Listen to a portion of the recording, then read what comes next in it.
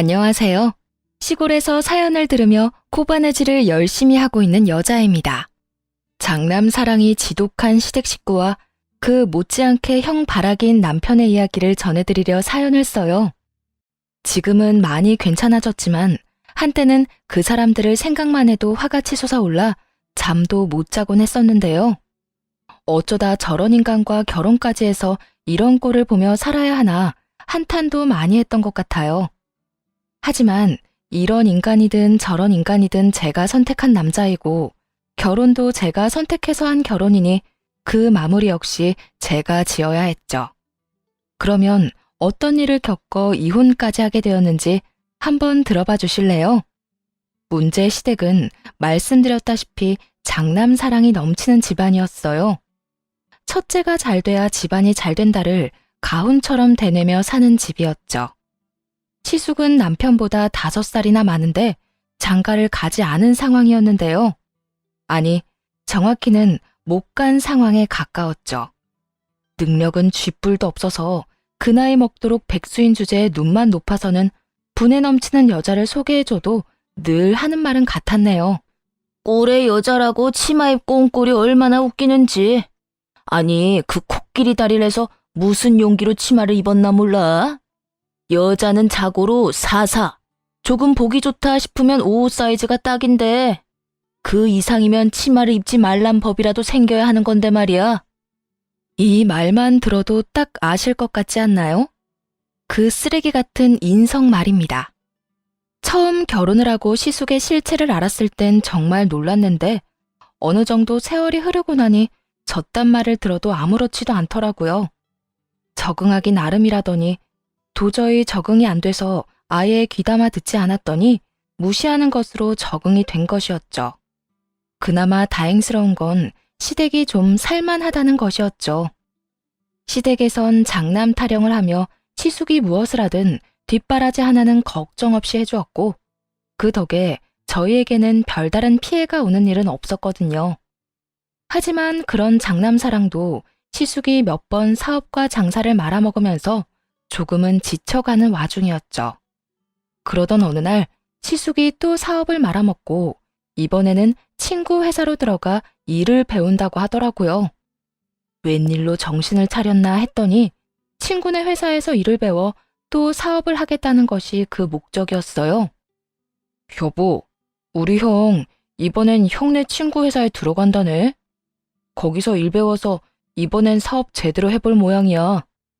아니, 또 사업을 한다고? 아주버님 나이에 취업이 어렵단 거 알긴 하는데 아무리 그래도 이제 사업은 그만하는 게 맞지 않을까? 한두 번도 아니고 매번 그렇게 돈만 날리는 거 보면 아주버님 사업엔 소질이 없는 것 같은데. 뭐? 당신 지금 우리 형 무시해? 우리 형은 뭐든 잘해낼 수 있거든. 이때까지 망한 건 다 경험이 부족해서 그랬던 거고 이제 진짜 성공할 일만 남아있다고. 지독한 형 바라기 남편은 또 시동을 걸고 있었고 구태여 더 말을 하지 않기로 했네요. 걱정을 걱정으로 받아들이지도 않고 그저 자기 형을 무시한다며 저리 화를 내는데 말을 해서 뭐 하겠어요? 제 입만 아픈 상황이었죠. 그렇게 시숙이 출근한다는 소식을 전해들은 지 딱 3일째 되던 날 시숙이 짐을 싸서 집으로 찾아왔더라고요. 아주버님? 연락도 없이 무슨 일이세요? 친구분 회사 출근하신다고 들었는데 오늘은 출근 안 하셨어요? 그 짐은 또 뭐예요? 출근은 내일부터 하기로 했어요. 그래서 말인데 나 한동안 여기서 좀 지낼게요. 네? 우리 집에서요? 왜 그렇게 놀라요? 내 동생한테 다 말했는데. 아, 못 들었구나. 제 친구 녀석 회사가 마침 이 근처더라고요. 근처에 집을 살까 하다가 혼자 살면 밥 챙겨 먹는 것도 그렇고 여러모로 불편해서 여기서 좀 지내기로 했어요. 앞으로 잘 부탁해요. 어찌나 호탕하게도 웃는지 그 입에 신고 있던 양말을 벗어 던져버리고 싶더라고요. 더 미운 건 남편이었어요. 시숙의 말을 들어보면 남편에겐 이렇게 들어올 거라고 말한 듯한데 남편은 언질도 준 적이 없었거든요. 남편을 노려봤고 남편은 어색한 웃음소리를 내며 저를 끌고 방으로 들어가더군요. 그리곤 뒤늦게 설득해오기 시작했죠. 여보, 그게 진작 말하려고 했는데 말할 타이밍을 놓쳐서. 이건 말하고 말고 할 문제가 아니라 우리 집에서 지낸다 말 나왔을 때 단칼에 안 된다고 했어야지. 내가 아주버님이랑 어떻게 한 집에 살아? 어떻게 살긴 그냥 살면 되지. 잠깐이라잖아, 아주 잠깐. 그 잠깐만 당신이 고생 좀 해줘. 잠깐이고 뭐고 난 싫다니까. 불편해서 싫어. 그리고 아까 아주버님 하는 말 들어보니까 날 야무지게 부려먹을 생각인 것 같던데 내가 아주버님 시중까지 들려고 당신한테 시집 온 줄 알아? 나도 회사에서 일하고 오면 힘들어. 피곤하다고. 그런데 집에서도 푹 쉬지도 못하고 당신 식구 시중이나 들어야겠어? 시중이라니. 그냥 우리 먹는 밥상에 숟가락 하나 더 놓으면 돼. 딱 거기까지만 당신이 해주면 나머진 내가 다 할게. 응? 아, 여보. 지금 와서 나가라고 어떻게 그래. 저렇게 짐까지 싸서 왔는데. 그러지 말고 이번 한 번만 좀 참고 넘어가자. 응? 더도 덜도 말고 딱 일주일만. 일주일만 참아줘. 아, 딱 일주일이다. 알겠어? 응. 그러면 우리 형 안방에서 지내면 되지? 미쳤어? 안방은 무슨? 작은 방에서 지내라고 해. 우리 형은 침대 아니면 못 자는데. 미쳤구나. 형 종노릇은 당신 혼자 해. 아니다. 그냥 지금이라도 내쫓을까? 그래야 정신 차릴래? 아니야. 지금 생각해보니까 우리 형 침대 없이도 잘 잘 것 같아. 안방 이야기를 꺼낼 땐 정말 내쫓아버리고 싶긴 했지만 남편이 저렇게 저자세로 나오기도 했고 고작 일주일이라고 하니 참아보기로 했습니다. 그냥 저대로 내쫓았다간 남편 시숙 시모까지 합세해 저를 들들 볶아댈 것이 분명했으니까요. 그냥 잠시 좀 불편하자 싶었죠. 그런데 그런 다짐은 고작 하루 만에 무너져 내렸습니다. 무슨 시부모님을 모시고 사는 것도 아니고 이불 빨래는 적어도 이틀에 한 번 해달라고 요구하더니 아침 밥상부터 반찬 투정이 말도 못할 정도였어요. 재수씨, 고기 반찬 없어요? 난 아침에 고기를 먹어야 힘이 나는데. 그러게, 우리 형은 고기 엄청나게 좋아하는데 고기가 없네? 집에 고기 떨어졌어? 죄다 풀떼기뿐이야. 아주버님, 저희는 아침부터 고기 안 구워 먹어요. 계시는 동안은 저희 식단에 맞춰 먹든지 정 먹고 싶으면 조금 일찍 일어나서 직접 구워 드세요. 그리고 당신은 풀떼기라도 감사하다 생각하고 먹어. 이 풀떼기 밥상이라도 받아 먹고 싶으면. 이야, 우리 재수씨 몰랐는데 한 성격 하시네. 그냥 먹을 테니 내 동생 구박하지 마세요. 그렇게 구박하면 회사 가서도 기죽어 지낸다고요. 형, 나는 괜찮아. 그리고 고기는 내가 내일부터 구워줄게. 그래? 역시 내 동생. 고맙다. 아침부터 형제간의 우애가 어찌나 돈독한지 할 말이 다 없어지더군요. 그날부터 남편은 형을 위해 아침마다 고기를 굽기 시작했고 저와 약속한 대로 나머지 살림을 하기도 했습니다. 형 말대로 이불 빨래는 이틀에 한 번 남편이 도맡아 했고 밥 먹고 난 설거지부터 청소까지 남편이 다 하더군요. 퇴근한 후 쉬지도 못하고 일하는 남편이 안쓰럽긴 했지만 본인이 자처한 일이니 그냥 지켜만 보았어요. 괜한 마음에 한번 나서기 시작하면 모두 제 일이 되어버리는 건 불보듯 뻔한 일이었으니까요. 그런데 이런 상황이 시숙의 눈엔 거슬렸던 모양이더군요. 그 며칠을 참지 못해 시모에게 전화를 걸어 제가 남편을 부려먹는다고 말해버렸으니까요. 너 듣자 아니 내 아들한테 집안일 시킨다던데? 우리 장남한테 다 들었으니까 거짓말할 생각하지 마. 다 들었다면서 왜 물으세요? 어머님 막내 아들이 설거지도 하고 빨래도 하고 청소도 하고 있는 거 맞아요. 내가 집에서 살림이나 하라고 그 고생을 해서 아들 키웠는지 알아? 네가 뭔데 내 아들한테 그딴 일을 시켜? 제가 시킨 게 아니라 남편이 스스로 하는 거예요. 아주버님이랑 같이 지내는 거 너무 힘들고 불편하다고 하니까 남편이 나서서 다 하겠다는데 제가 뭘 어쩌겠어요? 내 아들이 설사 그랬다고 해도 네가 못하게 말렸어야지. 어쨌든 난 내 아들 손에 물 묻히고 사는 꼴 못 보니까 앞으로 집안 살림은 네가 다 해. 우리 장남 아침에 고기도 네가 구워주고 말이야. 한 번만 더 내 아들들 고생시켜봐. 내가 너 가만 안 둘 거야. 그나마 남편이 시죽 뒤치다꺼리를 하니 참는 것인데 이러나 저러나 들들 볶일 거라면 더는 시숙을 데리고 살 이유가 없겠더라고요. 그냥 저 아주버님 내보낼게요. 그렇지 않아도 어머님 두 아들 데리고 사는 거 힘든데 어머님까지 이렇게 말 보태고 나오니 더는 못하겠어요. 그러니까 아주버님 집을 구해주든 길거리에서 지내게 하든 어머님이 알아서 하세요. 뭐야? 너 무슨 애가 그렇게 정이 없니? 가족이란 게 뭐니? 이럴 때 돕고 살아야 가족 아니니? 피 섞인 가족인 어머님이 도우시면 되겠네요. 전 피도 안 섞였고 아주버님이랑 결혼한 것도 아니라서 이런 잔소리까지 들으면서 데리고 살고 싶진 않아요. 지금 바로 짐 싸서 현관문 앞에 내놓을 거니까 데리고 가든 집을 얻어주든 알아서 하세요. 아니 얘, 너희 집이 있는데 왜 우리 장남을 혼자 살게 해? 혼자 살면 그 뒷바라지는 또 누가 하고? 남자는 혼자 살면 몸 상하기 십상이다. 내가 앞으로 잔소리하지 않을 테니 우리 장남 좀 더 데리고 있으려무나. 그런 이유라면 더더욱 싫네요. 제가 무슨 아주버님 도우미도 아니고 정 그렇게 걱정이면 시댁에 돈 많으니까 집도 얻어주고 도우미도 구해주세요. 그러면 되지 않겠어요? 이만 끊을게요. 그렇게 전화를 끊자마자 시숙의 짐을 싸서 현관문 밖에 내놨고 퇴근하고 돌아온 시숙을 그대로 집에서 내쫓았죠. 시숙이 저항 한번 못해보고 쫓겨났던 걸 안 남편이 화를 냈지만 더 크게 화가 난 제 승리였네요. 당신 진짜 미쳤어?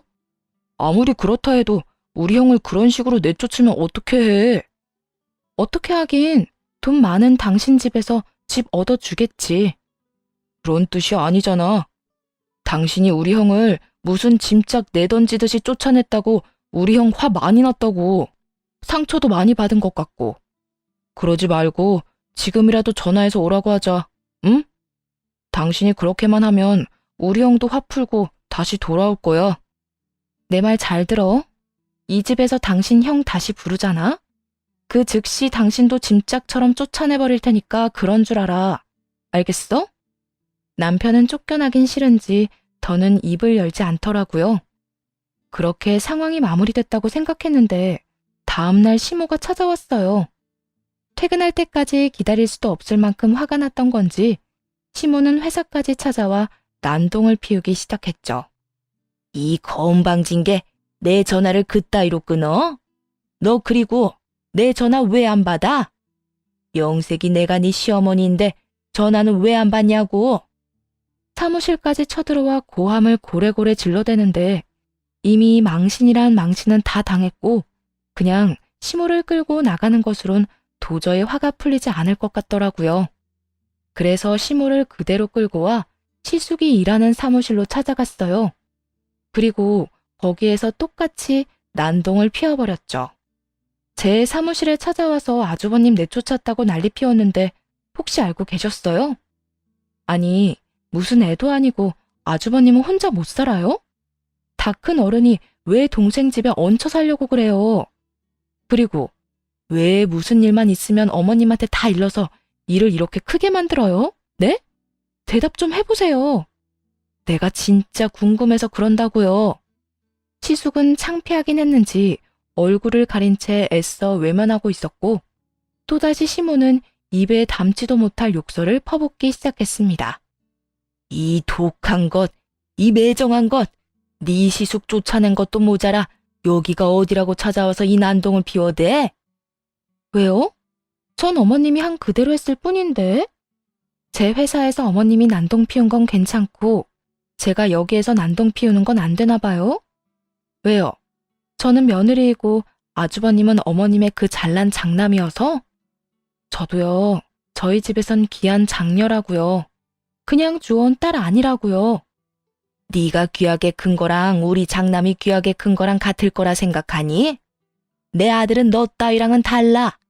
내가 얼마나 귀히 키웠는데 감히 너 따위랑 비교해? 다 됐고, 우리 장남 오늘부터 다시 그 집에 들어가서 살 거니까 그런 줄 알고 내 아들들 잘 케어해. 알겠어? 마음대로 해보세요. 과연 집에 들어갈 수 있을지 없을지 두고 보자고요. 집으로 돌아오자마자 비밀번호를 바꿔버렸고 남편 놈까지 집에 들이지 않았네요. 상황이 그렇게 흘러가자 시모는 도저히 안 되겠다 싶었는지 한 발 물러서 남편만 집에 들어가게 해달라 하더라고요. 그렇게 남편은 집으로 돌아오게 되었고 시숙은 저희 집과 가까운 곳에 집을 구하게 되었죠.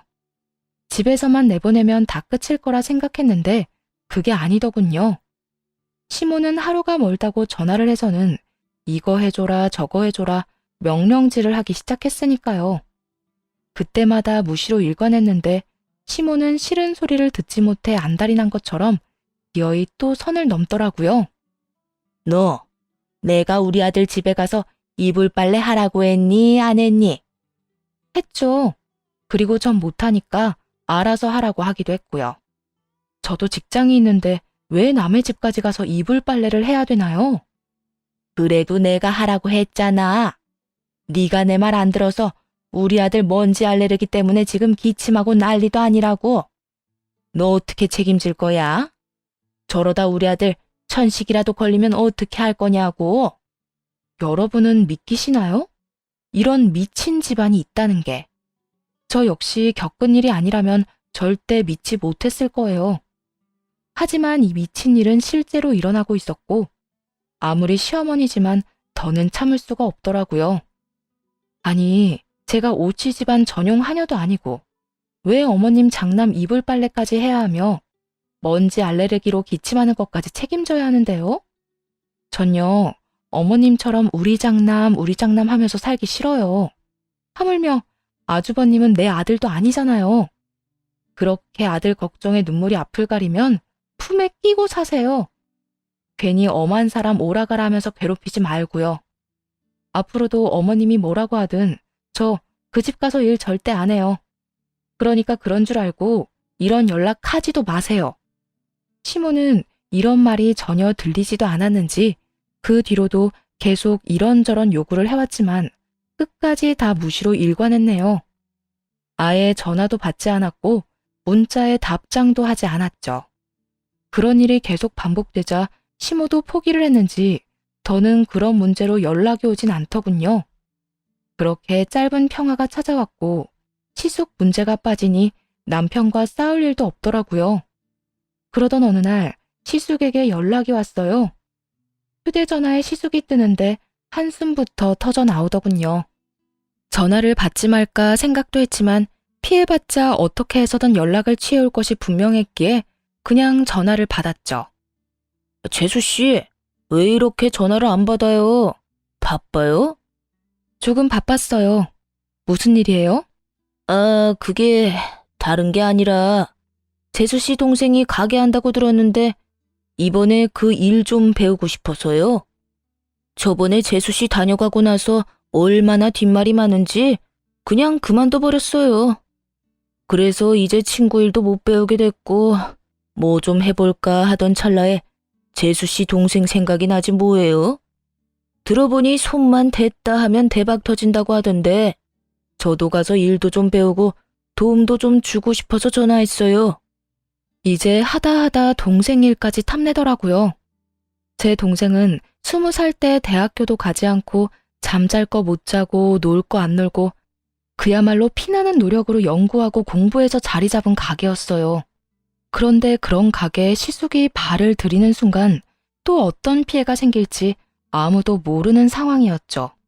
절대로 안 된다고 딱 잘라 말하고 연락을 끊어버렸고 아니나 다를까 도돌이표처럼 시모에게 연락이 오더군요.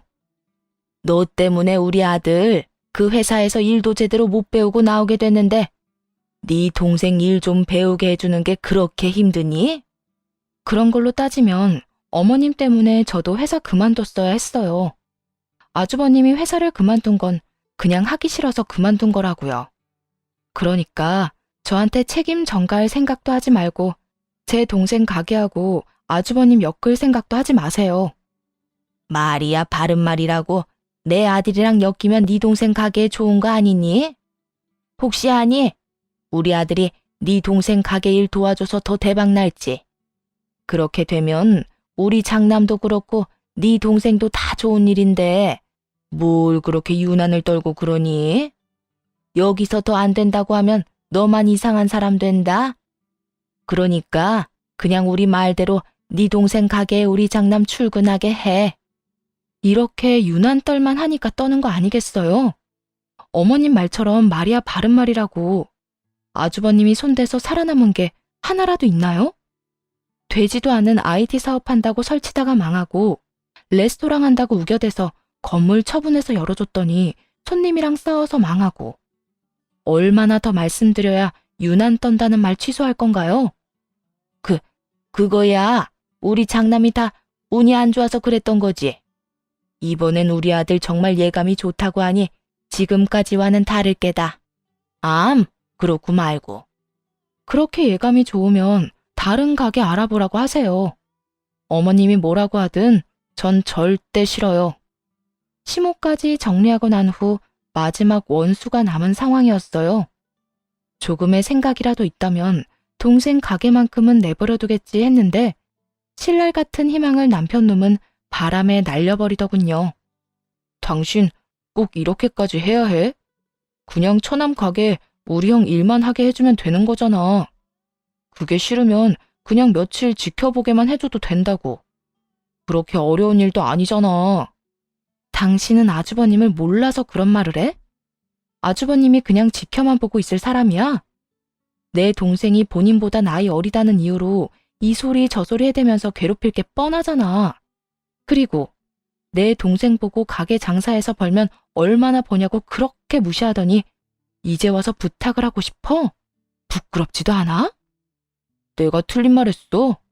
처남이 벌어봤자 얼마나 번다고. 뭐 그렇게 대단한 가게도 아니면서 유난 좀 떨지 말고 우리 형 좀 넣어줘. 당신 말대로 그렇게 대단한 가게도 아닌데 왜 일 못 배워서 이 난린데? 난 다른 건 몰라도 내 동생이 피땀 흘려서 일군 가게 당신 형이랑 엮여서 피보게 할 생각 없으니까 아주버님한테 포기하라고 전해. 뜻은 이미 충분히 전하고도 남았는데 남편놈은 도무지 말귀를 못 알아먹는 인간처럼 떼를 쓰기 시작하더군요. 언제는 그까짓 가게라며 무시하던 제 동생 가게에 자기 형을 꽂지 못해 안달이 나서 말이에요. 그건 당신 동생이 해서 그렇게밖에 못하는 거고 우리 형이 하면 더 크게 더 대박 날 수 있을 것 같으니까 그렇지. 내가 말했잖아. 우리 형 기회만 있으면 헐헐 날 수도 있는 사람이라고. 정말 그렇게 생각해? 당신 형 다른 사람은 꿈도 못 꿀 만큼 무수한 기회 속에서 살았어. 그런데 지금 꼴을 봐. 도움 한번 받아보자고 온 식구가 나서서 나 하나 설득하려고 안달난 게 당신 형이 처한 현실이라고. 당신이 이때껏 봐온 형 모습이 성에 차지 않아서 이러는 거 잘 아는데 그게 다가 아니라니까. 당신이 생각하는 것보다 우리 형 훨씬 더 대단한 사람이라고. 그 아무리 절실한 신자도 남편을 따라오기 힘들 것 같더군요. 도대체 어떤 세뇌를 받아야 저렇게 형 바라기가 될 수 있는지 궁금해지기까지 했어요. 도대체 어떻게 살면 그렇게 병적으로 형을 믿어 의심치 않을 수가 있는 거야? 말끝마다 형. 당신은 형밖에 안 보이지? 그렇게 형이 좋으면 형이랑 살지 왜 나랑 결혼을 해서 이 고생을 하게 해? 하여튼 난 절대 싫어. 절대 안 된다고 했어. 당신은 형을 믿을지 몰라도 난 당신이 말했다시피 보고 들은 게 워낙 다양해서 당신 형 절대로 못 믿어. 그러니까 다신 이야기 꺼내지도 마. 뭐? 병적? 안 해주면 곱게 싫다고 하면 되지 왜 사람을 정신병자로 몰고 가? 이때껏 계속 좋은 말로 싫다고 했는데 들어먹지 않은 건 당신이랑 당신네 식구들이야. 얼마나 지긋지긋하게 사람을 괴롭혔으면 내 입에서 그딴 말까지 나왔겠어? 이런 말 듣기 싫으면 이제 그만해. 그러면 서로 편하고 좋잖아. 좀 더 강하게 남편에게 거부의 의사를 전했고 남편도 포기를 했는지 이번엔 엄포를 놓기 시작했죠. 그래, 알겠다, 알겠어. 당신이랑 당신 도움 없이도 우리 형 충분히 잘해낼 거니까 그때 가서 콩고물 안 떨어진다고 후회나 하지 마. 알겠어? 절대 후회 안 해. 죽어도 후회 안 하니까 내 걱정하지 말고 당신 집안 걱정이나 해. 당신 집안은 형 때문에 쫄딱 망해버리고 말 테니까. 지치더라고요. 시숙만 엮이면 싸우기 바쁜데 남편은 무조건 형 편만 드는 것도 모자라 지독한 형 바라기이니 힘이 날 리가 없었죠. 거기에다 정은 있는 대로 떨어져 버렸고 이혼 생각이 머릿속을 떠나지 않았습니다. 그렇게 이혼을 심각하게 고민하던 어느 날 집으로 자동차 과태료 통지서가 왔더라고요.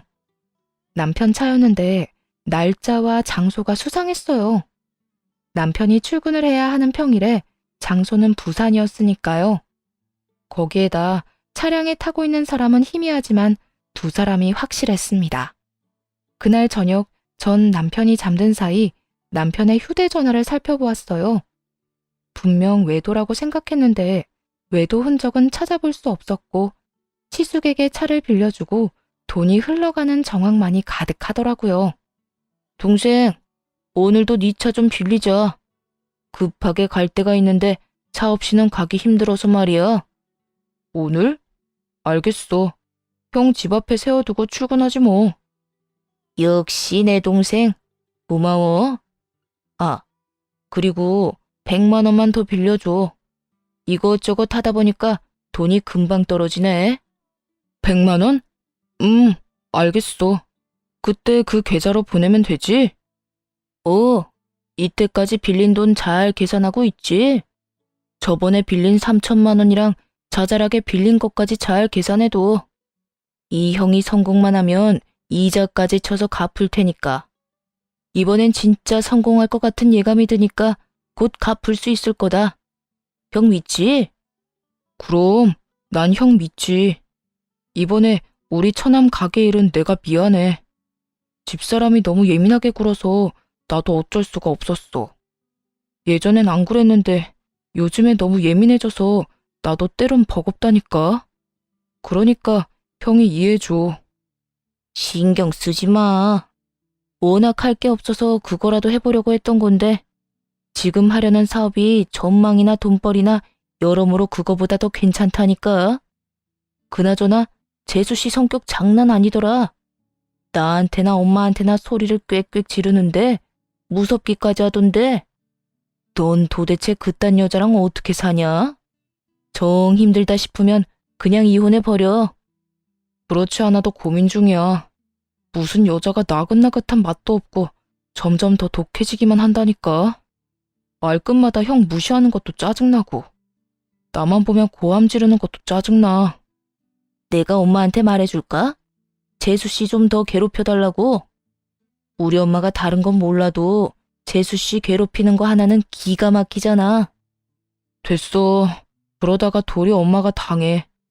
요즘 보니까 그 여자가 미쳐버렸는지 엄마한테도 할 말 못할 말 가리지 않고 다 해대던데. 그러다가 엄마 쓰러지기라도 하면 어떡해? 그땐 그 여자한테 병간호 맡겨야 해서 이혼하고 싶어도 못하는 수가 있다고. 하긴 그렇긴 하겠다. 어쨌든 돈 좀 바로 보내줘. 경이 급해서 그래.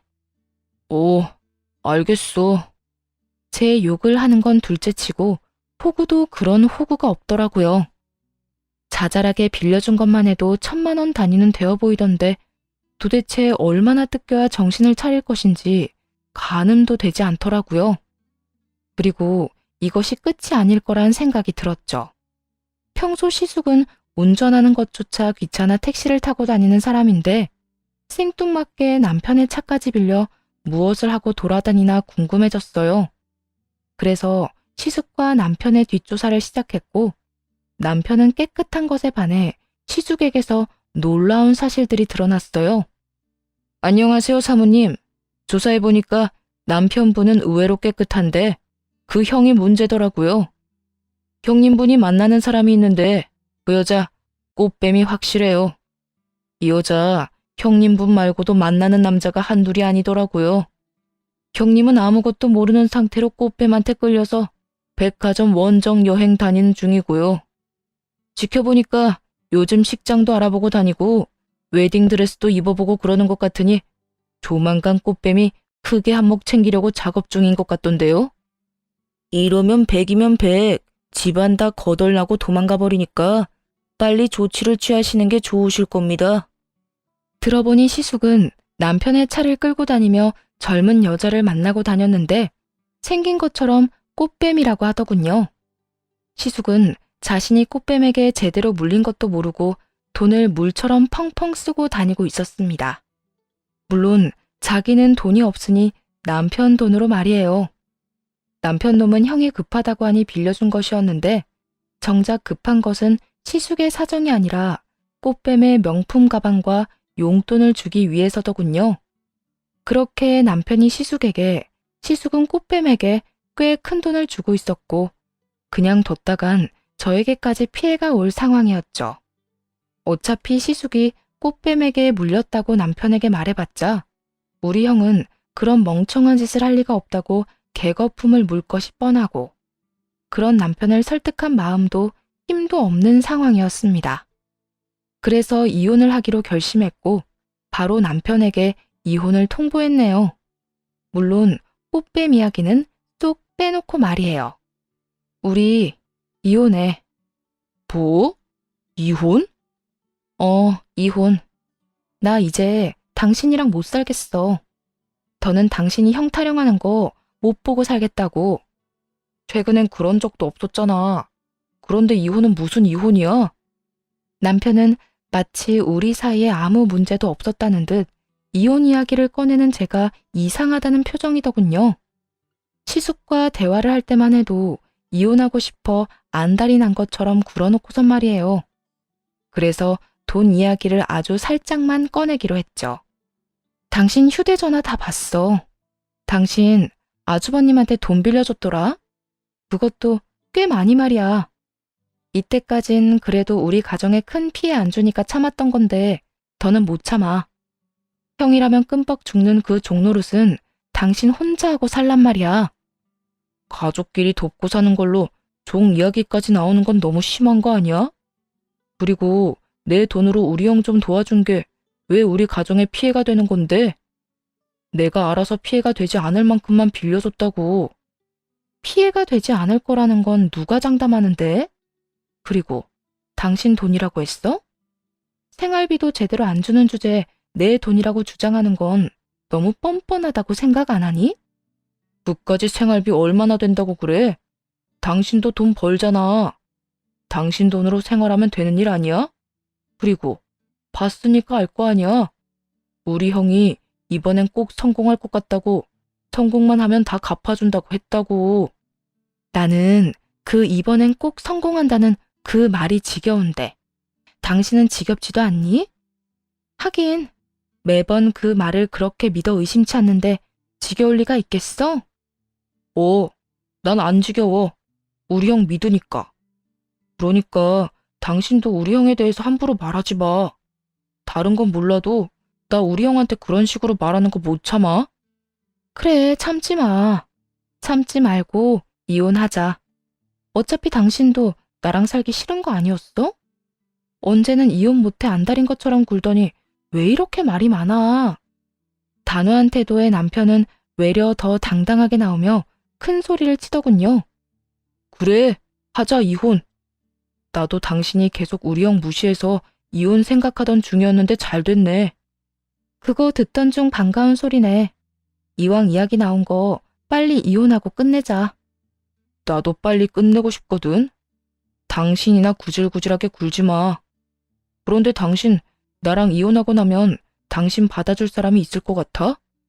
나니까 당신 같은 독한 여자 데리고 산 거야. 그간에 정이 있어서 그냥 데리고 살려고 했던 건데 이혼하자고 먼저 이야기해주니까 고맙네 고마워. 나야말로 당신 인생이 불쌍해서 데리고 살아준 거야. 그 빌어먹을 향바라기 인생이 안타깝고 불쌍해서 말이야. 이혼 말해줘서 고맙다고 했지. 그거 하나만큼은 통했네. 나도 당신이 나랑 이혼하고 싶다고 해서 정말 고맙다. 진심으로. 마지막으로 한 말은 진심이었어요. 이혼하기 싫다고 울고불고 하며 질질 끌면 어쩌나 걱정했는데 저렇게 나와주니 진심으로 고마울 수밖에요. 그렇게 신나는 마음으로 이혼을 진행했고 남편은 위자료를 받아내려 갖은 애를 썼지만 헛수고였죠. 남편은 물론이고 시숙, 시모가 워낙 한 짓이 많아 원하던 위자료는 오히려 제가 더 많이 받고 이혼할 수 있었습니다. 이혼을 당하는 그때까지도 전 남편은 참 당당하더군요. 그까짓 돈? 줄게. 주면 될 거 아니야. 원하는 대로 얼마든지 줄 테니까 힘들다 외롭다고 하면서 찾아오지나 마. 그때 가서 울고불고 빌어도 절대 안 받아줄 거니까. 착각도 병이다 병. 난 너 2번 다시 찾아갈 생각도 없으니까 그런 걱정은 하지도 말고 네 사랑하는 형이나 걱정하면서 살아. 백수가 어디서 뭘 한다고 그렇게 큰 돈이 자주 필요한지 좀 묻기도 하고 말이야. 우리 형이 어디서 뭘 하든 관심 꺼. 이제 나랑 아무 사이도 아니잖아. 곧 우리 형 큰일 할 건데 괜히 당신 입에 올랐다가 부정이라도 타면 당신이 책임질 거야? 큰일? 그래, 참 큰일을 하고 다니고는 있더라. 아주 기대해도 좋을 거야. 뭘 기대하든 그 이상이 펼쳐질 테니까. 당신 뭘 알고 그런 말 하는 거야?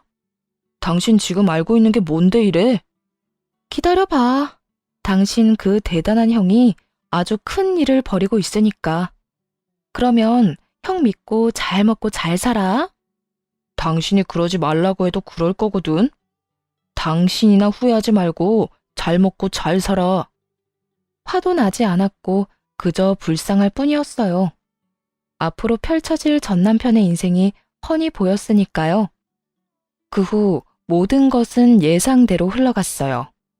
장장 6개월이란 시간 동안 전 시숙에게 빼먹을 만큼 빼먹은 꽃뱀은 하루아침에 잠적을 해버렸다고 하더라고요.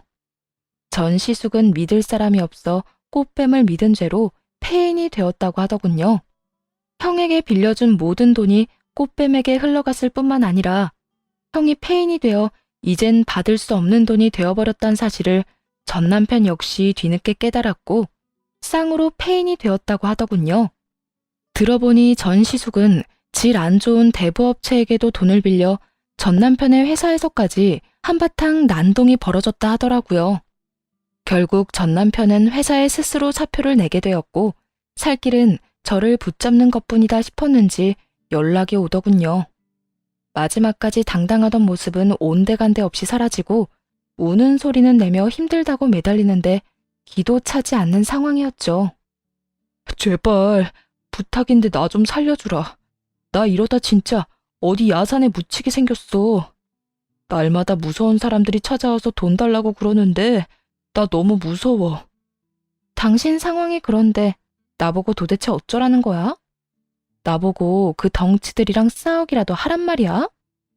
아니, 그런 게 아니라 나 돈 좀 빌려주면 안 될까? 많이는 아니고 당장 급한 5천만 원 정도만 좀 빌려줘. 어? 5천? 너는 5천만 원이 누구 집 강아지 이름인 줄 아니? 난 너한테 그렇게 큰 돈 줄 생각 없어.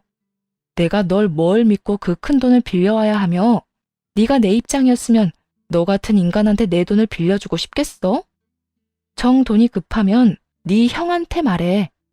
어차피 그 돈 다 네 형이 쓴 거잖아. 우리 형, 아니, 그 인간 이야기는 말도 꺼내지 마.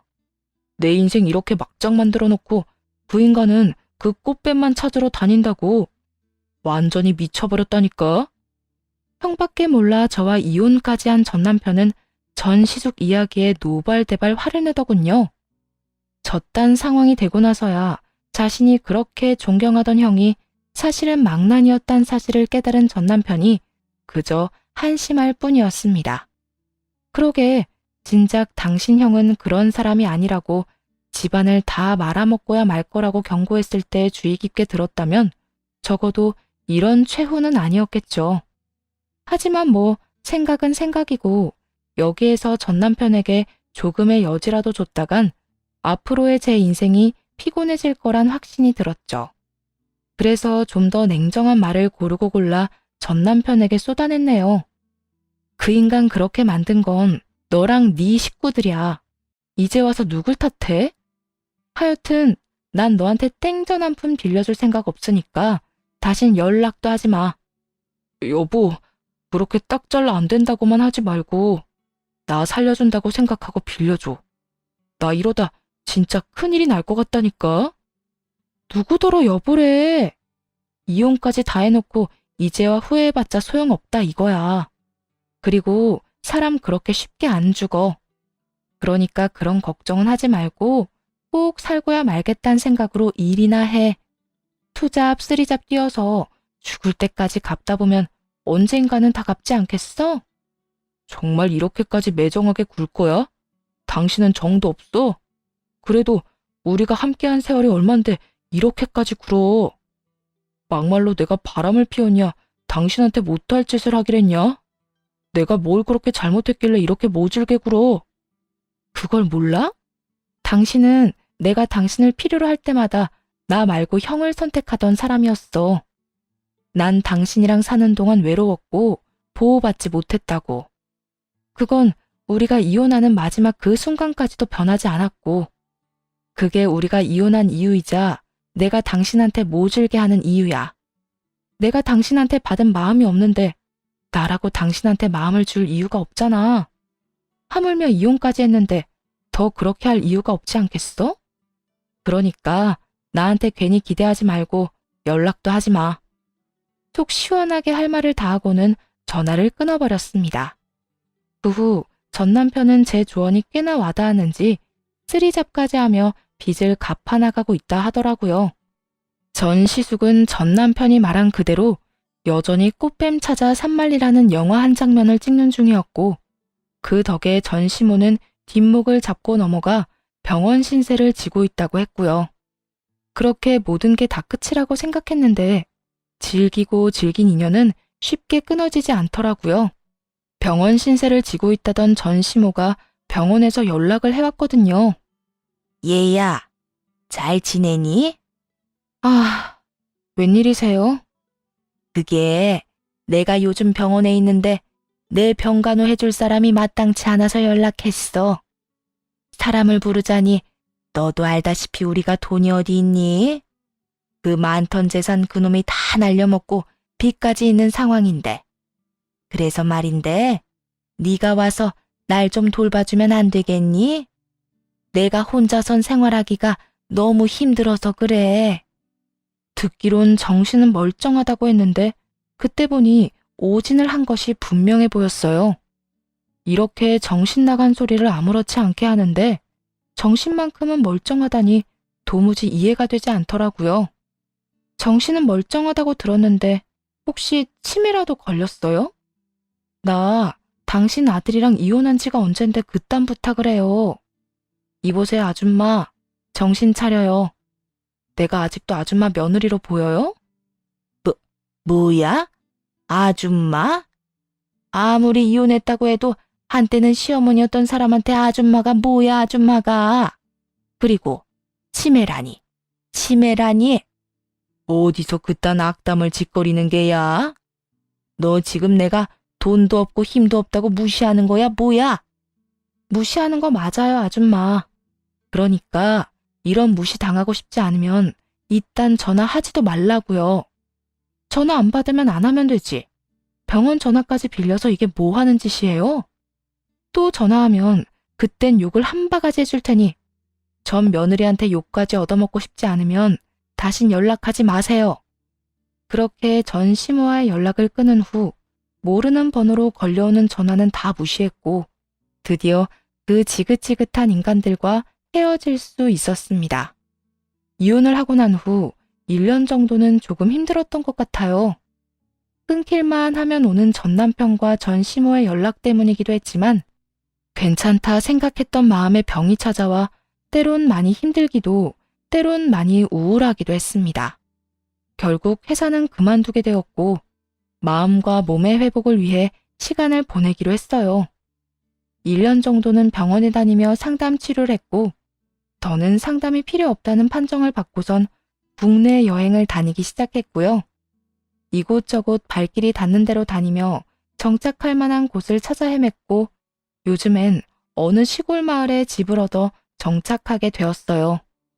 시골은 외지인을 꺼린다는 말도 있어 걱정이 크긴 했는데, 우려일 뿐이었는지 마을 분들 모두 잘 대해주셔서 귀염받는 하루하루를 살고 있는 요즘입니다. 시골 생활을 하긴 하지만 일은 필요했기에 프리랜서 일을 잡아 하고 있는 중이에요. 시간이 남을 땐 마을 회관에서 수세미를 뜨고 있는데 어르신들께 드릴 선물로 아주 제격이라 더 재미를 붙이고 있고요. 최근에 친해진 할머님 한 분이 계속 저에게 이런 말씀을 하세요. 우리 손주 진짜 잘생겼는데 키도 진짜 크고 키가 거짓말 조금 보태서 2미터 정도는 된다 하던데 서울에서 진짜 좋은 회사도 다니고 있고 말이야. 그런데 여자친구가 없다네. 그래요? 그렇게 잘나신 손주분이 왜 여자친구가 없을까? 우리 할머니 속상하게? 그러니까.